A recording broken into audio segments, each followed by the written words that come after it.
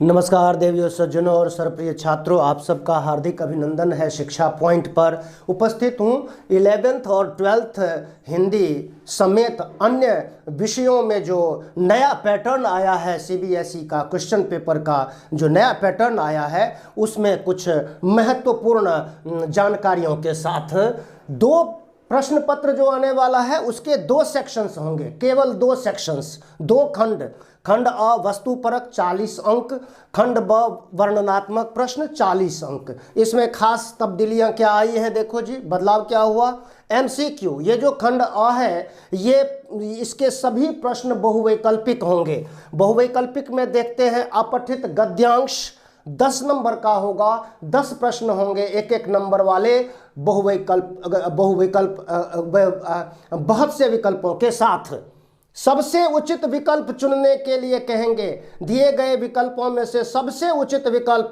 तो सबसे उचित विकल्प चुनने के लिए जरूरी ये है कि प्रश्न की भाषा को ठीक से समझा जाए, प्रश्न में जो बात कही गई है उसको ठीक से समझा जाए, और वह बात कहाँ पर है। गद्यांश जब हम पढ़ेंगे या पद्यांश पढ़ेंगे तो वो बात कहाँ पर है, वह बात कौन से विकल्प में अच्छी तरह से व्यक्त हो रही है, वही आपका सबसे उचित विकल्प होगा। ध्यान रखिएगा, उचित विकल्प पूरा नंबर देगा और गलत विकल्प आपका पूरा नंबर ले जाएगा। ये ध्यान देने वाली बात है गद्यांश और पद्यांश में।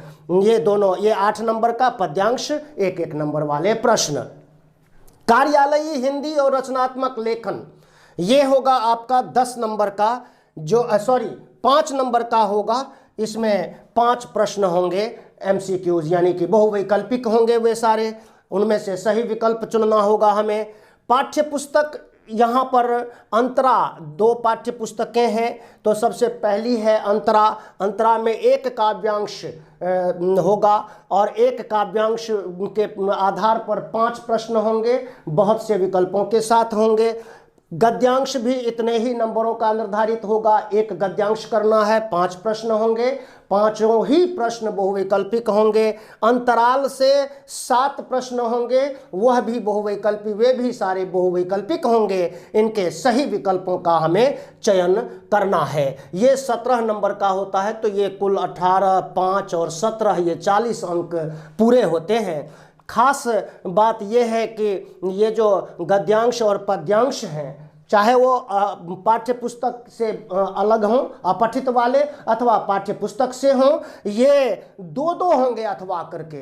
तो जिस किसी पर आपकी अच्छी पकड़ हो, जिस पर आपको पूर्ण विश्वास हो कि इसके प्रश्नों के उत्तर मैं सही से कर सकता हूं या कर सकती हूं, तो उसका आप चुनाव करें और उसी पर आधारित प्रश्नों के उत्तर लिखें। ध्यान दीजिएगा, एक बार फिर से बता दूं, सबसे उचित विकल्प नोट कर लीजिए, सबसे उचित विकल्प, ये एक बहुत अहम चीज है इस सेक्शन में, इस खंड में, कि सबसे उचित विकल्प हम तभी चुनेंगे जब हम प्रश्न को सही से समझेंगे, उससे संबंधित जो गद्यांश या पद्यांश में जो भी बात है उसको समझेंगे, और वह बात किस एक विकल्प में पूरी तरह से व्यक्त हो रही है, वही सबसे। क्योंकि जब हम उचित विकल्प की बात करते हैं ना, वो तो इसलिए करते हैं क्योंकि जब हम विकल्प पढ़ने लगते हैं तो लगता है ये भी सही है, फिर अगला वो भी सही है, फिर अगला अरे ये भी सही है, लेकिन ऐसा होता नहीं है। उसी से मिले जुले, यही तो वस्तुनिष्ठ प्रश्नों की एक खासियत होती है कि आपका जो ध्यान है वो कितना लगा हुआ है अपने काम पर, इस बात की तो जांच होती है वहाँ पर। तो ये एक पहली जैसी सुविधा नहीं रही, ये ध्यान दीजिएगा। पहले होता था केवल प्रश्न होते थे, विकल्प नहीं होते थे, तो प्रश्नों के उत्तर के रूप में हम पंक्तियों में से, वहाँ गद्यांश या पद्यांश में से पंक्ति को एज इट इज लिख लेते थे, अपने कुछ शब्द लगाए नहीं लगाए तब भी नंबर मिल जाते थे। लेकिन अब की ऐसा नहीं होने वाला है। ये एक खास बात है इस सेक्शन के अंदर, कि इस बात को आप अगर ध्यान में नहीं रखेंगे तो आपके लिए कहीं ये विकल्प नहीं है कि कहीं से नोट करने वाली कोई पंक्ति है और वहां से आप उसको नोट कर लोगे तो आपका उत्तर पूरा हो जाएगा। आपका उत्तर जो सही विकल्प चुना जाएगा वो होगा। ये ध्यान देने वाली विशेष बात है। तो इस सेक्शन में इतने प्रश्न होंगे, सारे बहुवैकल्पिक। बढ़ते हैं आगे, खंड ब में जो वर्णनात्मक प्रश्न 40 नंबर, यहाँ पर कार्यालयी हिंदी और रचनात्मक लेखन के लिए 20 अंक निर्धारित हैं। ये 20 अंक इस तरह से है। देखिए 150 शब्दों में रचनात्मक लेख, इसके भी कुछ 3 या 4 विकल्प दिए हो, विकल्प नहीं मतलब टॉपिक्स दी होती हैं, उनमें से किसी एक पर करना होगा 5 नंबर। औपचारिक पत्र, इसमें संपादक के नाम पत्र अथवा किसी अन्य विभाग के अधिकारी को अथवा किसी संस्था को जो पत्र लिखना होता है वो औपचारिक पत्र होता है, वो 5 नंबर के लिए निर्धारित है। और पत्रकारिता एवं जनसंचार आदि जो है ना, अभिव्यक्ति और माध्यम जो पुस्तक है उस पर आधारित प्रश्न होंगे।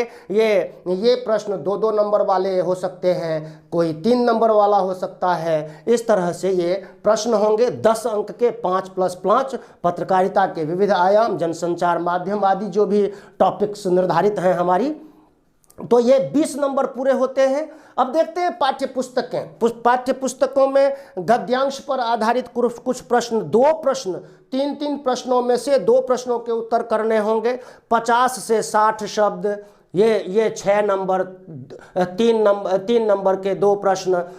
फिर ये 40 से 2 ही प्रश्न, 40 से यहाँ पर 3-3 प्रश्न होंगे, उनमें सभी में 2-2 प्रश्न करने हैं। और 2-2 में ये 30 से 40 शब्द, फिर 50 से 60 शब्द, फिर 30 से 40 शब्द। जहाँ 50 से 60 शब्द हैं वहाँ 3 नंबर का 1 प्रश्न है, जहाँ 30 से 40 शब्द निर्धारित हैं वहाँ 2-2 अंक निर्धारित हैं। तो इस तरह से आप पूरा प्रश्न पत्र समझ करके तैयारी करें। धन्यवाद, नमस्कार। और चैनल को सब्सक्राइब करें, शेयर करें और नोटिफिकेशन ऑन करें। धन्यवाद।